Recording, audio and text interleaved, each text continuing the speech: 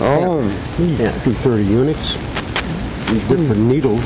Yeah. Real thin ones, I forget the name of it. I remember this. Yeah. Some people are right. When I was in Vancouver, when I was in Vancouver, you had the people that hooked right on needles. Amphetamines, they'd be shooting up. Yeah. I see them breaking it up. Is it a pill? Amphetamine is a pill? Yeah, it's a speed.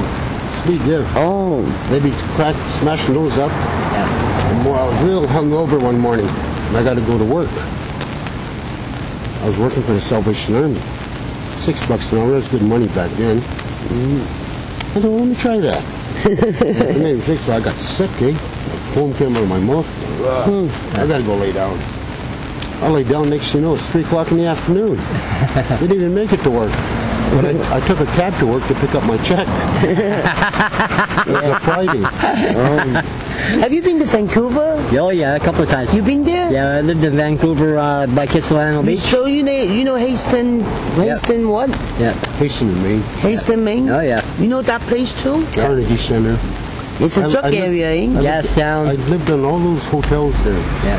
The Colombian I hitchhiked out to Vancouver my first time back in the 60s when I was a hippie. Oh yeah, there's a lot of hitchhiking in those days. Yeah. I became a big marijuana dealer out there. Oh yeah. Yeah, What about mushrooms? No, I only dealt marijuana. I was getting maybe 4 or 5 kilos a week. Oh. I had 10 people working for me selling it. Yeah. There, we used to smoke the skunk weed. Yeah. Well, that's back in the 80s. Yeah. Yeah. Not like this hydroponic stuff we got now. Oh, I'll tell you, isn't that funny? Marijuana is the only drug that got better over the years. Like, all the other drugs that got, like, they're full of shit. Oh, it is? Yeah. But marijuana, man, you take one toke off a joint, it's better than smoking an ounce of that old stuff. Yeah. Oh, yeah. We used to smoke marijuana, or I was in Vancouver, we'd do acid. Jeez. So how long you been abstinent from drug and alcohol now? 2.5 years. 2.5 years, that's good. Yeah. Good stuff. Yeah, I had enough. Like 20 years a crack addict. That's a long, hard life. Oh, hard on the lungs. Oh, that's why I got emphysema. It's not from the cigarettes, it's from smoking crack. I'm reading at the Street Health. I was down there the other day. This is what this is for, Street Health. Yeah. For Street Health. They gave a warning out about the crack because they cut it with all sorts of things. Oh, yeah. And then sometimes when you do it, as soon as you do it, man, you shit your pants is so bad. Yeah. Like, I've been through all that. I know all about it. Yeah. Well, I'm a full-blown alcoholic. Yeah. I drink Listerine, rubbing alcohol, wine, beer, anything with alcohol in it. Yeah. But I cut down now, and I just stay down with the beer. Good. Good. Right, nauseating. Yeah, the wine, he got dry heat. Yeah. One time we're picking up blood because, what did your doctor tell you? They told me I broke a blood vessel. Yeah. I'm dry heaving and nothing was coming out. Yeah. It was blood. And my it's chest so got bad that you break a blood vessel. Yeah, my chest got tight and started bleeding. And it's time to quit. Yeah. But that's crazy. I'm saying it's time to quit, and I got a bottle of wine on me. Yeah, you shouldn't get Hey, when I went in... Hi, Mike. This is fun. When I went into detox, I bought a half a ball of rock the day I was going into detox. I was smoking with my friends, and I said, you know what, fuck this, I'm tired of this shit. So I phoned up the outreach worker that I knew. I said, I want to go to detox. She arrives. I did one last blast on the pipe. As I'm going out to her car, I'm blowing the smoke out, ringing like a motherfucker. I was still ringing when I go into detox. Yeah. Did you know years ago? I left all the rest of it, left half the half ball sitting there on the table. I said, you guys finish it. Wow. I said, I'm done with this shit. And I haven't touched it since. That's Good for you. You have no craving for it? You know, not anymore. I did for a long time, but you ever have dreams about drugs? Oh, all the time. Yeah, you have that the rest of your life. Seems like you're doing drugs in your dream, eh? Oh, and always just before you get off, it disappears. Or you never get off on your dream. Is it true that you cannot sleep? Like if you sleep anywhere in the park, you get a ticket? We got tickets. Is it true? We got tickets already. Yeah, who pays them? It's so stupid, eh? I just threw money in them. Nobody pays them. But they give you a ticket. $70 ticket. Because they got all these zoning laws, and one of the zoning laws says you can't camp. As soon as you're sleeping outside in the park, you're camping. So that's how they get you. But only happened this year, last year, something, eh? Well, it depends on the politics. You know, sometimes the politicians tell the police to leave you alone, and sometimes the politicians say hassle you. Okay. Oh. Now there's an election coming up in October. Yeah. I heard, Edward Street, eh? And so they're going to be hard on homeless people until October. They want to get them off the streets because it looks bad for the election. Yeah. They want everybody to be housed in a couple of years. Yeah. Well, Which is ridiculous because they're not doing anything to help you keep housing. I'm lucky I got housing. Took me, well, since I was homeless, I was put right up top of the list. Yeah. And I'm on ODSP, I told them. First place they were going to move me was Markham. Holy fuck. And we got an apartment out there for you in Markham. Roland, start from the beginning. Tell us about how you got housing.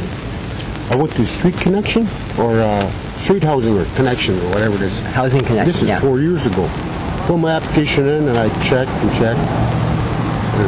nothing happened. And I went down here to Edward Street, 110 Edward Street, when they opened up. And I seen a housing worker there. And I told her, I said, look, I'm on ODSP and I'm homeless. Oh, let's see if we can get you. I'll take your case, she says. I told her I put an application in at Housing Connection, which is down here now. Oh, yeah. So she phoned and phoned. His name come up. Then my name came up. Well, it came up a couple times. But she says, you can only turn it down so many times. She said. Yeah. 3 times? Yeah. Then you got a choice of 3 places. Yeah. So anyway, she says, okay, I'll make it like I can't get in contact with you because you don't, She said that you got a good worker. She's Lisa, eh? She said, but he's that way at Kingston and Victoria. Oh, yeah. Way up there. Well, that's the apartment I wanted. Got the bluffs there. Yeah. Like out in the country there. Yeah. Rosa, tell us how you got here. Oh, you know what? I was in a shelter. It's not from Mike. It's not what you know. It's who you know. Yeah. Because I was panhandling at Kensington Market, and they brought me to the staff that just took the picture of me. She know me. They were from Street Haven, but they got hired here, right? So they moved the job. But I brought me to her. She gave me $10 bill. And I was talking to her. I gave her my worker's name and number, and she the one that get me moved in here, but the staff here. Yeah. Because my worker tried on her own. She said they didn't accept my application because I'm not hooked with the hard worker. They refused my application because my work is St. Michael Hospital's man contact team. So they refused my application because I'm not hooked with hard. But this stuff got me moved in here way away. And when did you move in? 4 years ago now, in May. Oh, good. And ever since I got housing this support, people I know this how I can quit drug. It's not. Also with addiction, you need housing. If I'm still in the shelter now, a woman's first I've been still on the drug. Oh yeah. I was less than 100 pounds when I moved in here. You go to a shelter, you wind up doing more drugs than if you're on the street. Yeah, because I can't quit the shit when I'm in the shelter. Isn't that true? Well, I lived at a place called Seton House.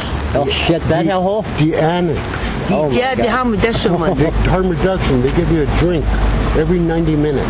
Yeah.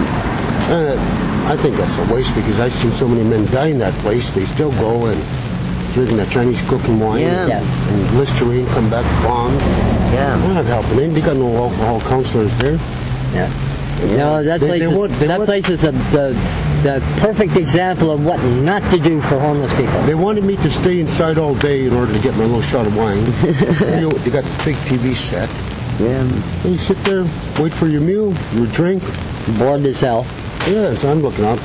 And I was there 6 years ago, and I've seen the same people there. Oh my God. That guy's still homeless. Yeah, I know. I don't know if he wants a home. Well, I tell you, I didn't want one until I got too old and too sick to stay out. Yeah. I would not go in. Yeah. I stayed out. I never went to shelters. I stayed out all the time, but I always had like a camper. I built a squatter. I lived in a tent. I always had a place. For food? How do you do for food? Do you panhandle? I used to panhandle. I was good at panhandling. I invented panhandling cars with a cup instead of using the squeegee. I was the first one to do that.